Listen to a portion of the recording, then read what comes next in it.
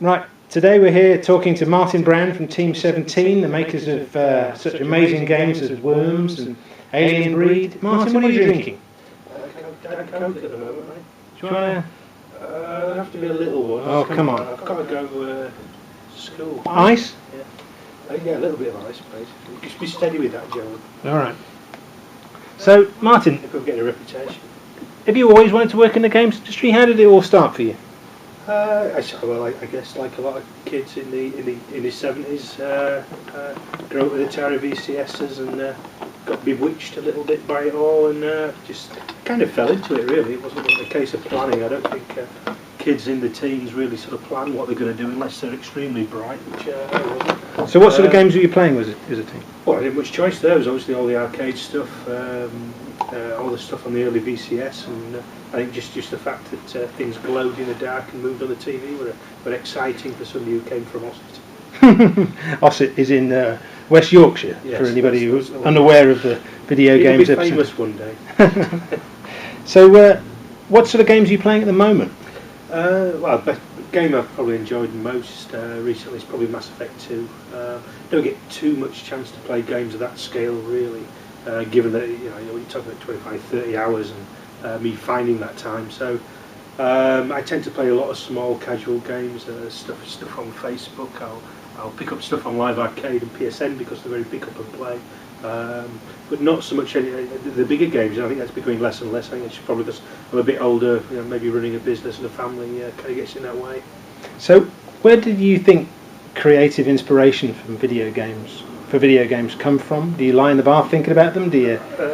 Well, I think I'm very lucky here that we're surrounded by some really great people. So people with a lot of sense of humour, very creative people.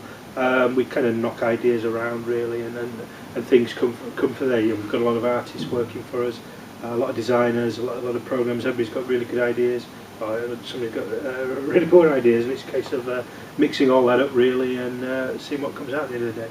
How did Worms come about originally? It's an incredibly popular game. 500,000 people like it on Facebook. Where did the inspiration from that come from? What's the story? Well, the original story was a guy had written a demo, I think, in Blitz Basic on the Amiga, and brought it to his show back in his little design centre in London back in 1994, and there was just something about it. It was obviously quite rudimentary at the time, and we just felt there was something exciting about it, and its simplicity belied quite a strategic depth really, and it just got us excited, and we kind of went from there really. There have been loads of versions of Worms over the years. Any one you particularly stand out as the one you like the most? I think for me, possibly Worms Armageddon, because that's probably the last one I fully produced myself and kind of poured out and soul into that, and almost was a death of me given the amount of hours and energy expelled on that title. And obviously for the last 10 years we've known a lot of people have played that game, but it's gone on to spawn a bunch of other titles which have done really well, and we were quite happy with Reloaded as well, which we just released a few weeks ago.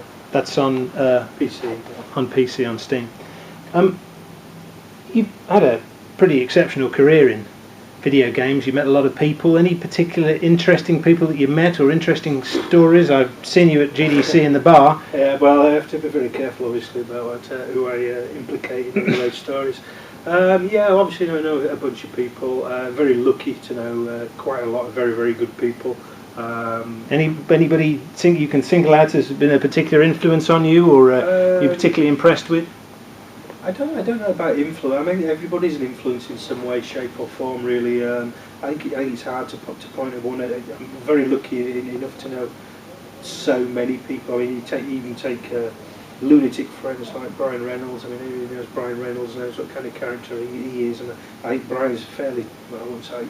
I almost found myself saying Brian Reynolds was typical then, but I would say it's typical of the kind of people that you find in the games industry, where a little bit left field, and a little bit crazy, and an awful lot of fun to be around, really. And but that's it can be anyone right around the world. I was really lucky working with a lot of Scandinavians in the early 90s who were just totally daft as a brush, and there's a Belgian concept artist we work with. It was just a dark-minded, twisted son of a don't know what, you know. What's his name? It's Tom Cookman, who makes me laugh just looking at him, and the stuff he draws is fantastic. So, yeah, you know, really tremendously lucky with the amount of people we work with who are creative and funny, really. So is the creativity the thing that most attracts you to your job? Yeah, I think it's obviously the makeup of the characters of the people, you know, it's their will to entertain, really, I think, more than anything, be that art, be that music, be that whatever, really, and fortunately around this place a lot of it's humour, so that kind of works for us. What's the future of video games? Everybody's got a different opinion. Where do you think we're going to see the industry in a couple of years' time? Well, 2 years is obviously not so far away. I mean, obviously everything's sort of progressing towards digital delivery. We're absolutely involved with that part.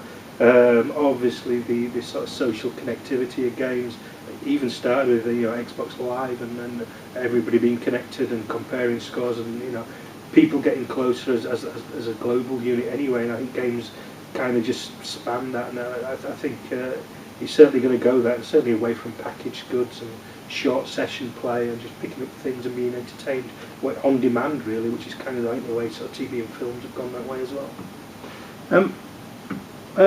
What's your favourite game of all time, Martyn? Probably Civilization by Sid Meier, who I have actually met, and I was like a little schoolboy, very quiet when I met him. So where did you meet him? I was at CES before GDC, so some years ago. So I think I was only like 3 or 4 years in the industry then when I met him. It was a bit of a moment for me, because I always played his games for hundreds of hours basically.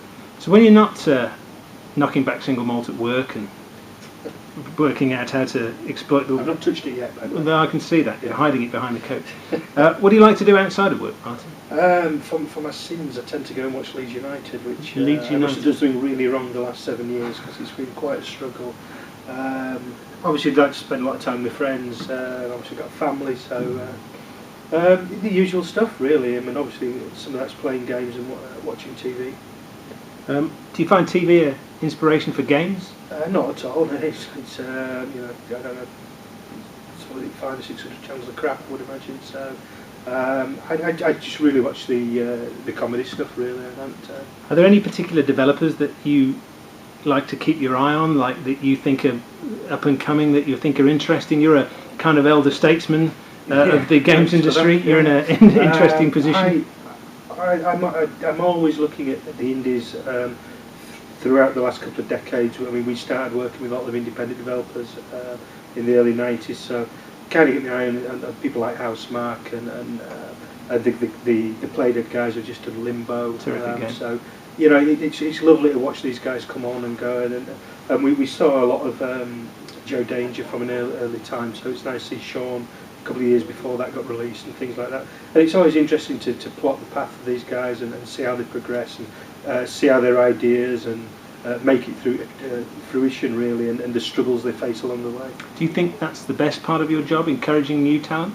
For me, I really enjoyed doing it. I mean, I've spent a lot of time where I can, helping and mentoring indie devs, and particularly now with Team17 looking to publish third-party stuff again, and it's a great opportunity to use all that experience and do that. It's something that really fires me anyway. So you're going to be helping other, perhaps less experienced developers get their games out to market? That's the plan, I mean, we've 20 years experience in the industry, working with pretty much all the big boys in terms of platform holders. We've sort of been there and done that, so as a publisher, in terms of facilities, resources, skill sets here, we can provide a lot of things that maybe a small startup doesn't have, really, and that's something that we can help, and we're certainly not as big and scary, and maybe have a different agenda to some of the big publishers, shall we say. But you still consider yourself a developer rather than a publisher? Yeah, I think the sort of mantra at the moment is that we're a digital publisher, and how that really differs, but certainly both. Obviously we're self-publishing our own games, and looking to work with us on their games as well. Martyn, thank you. I've really enjoyed talking to you. I hope every success with the Alien Breed comes out tomorrow. Yeah, I believe tomorrow, yes. On XBLA, so very exciting times. Thanks, Martyn, I appreciate it. Cheers, Joe.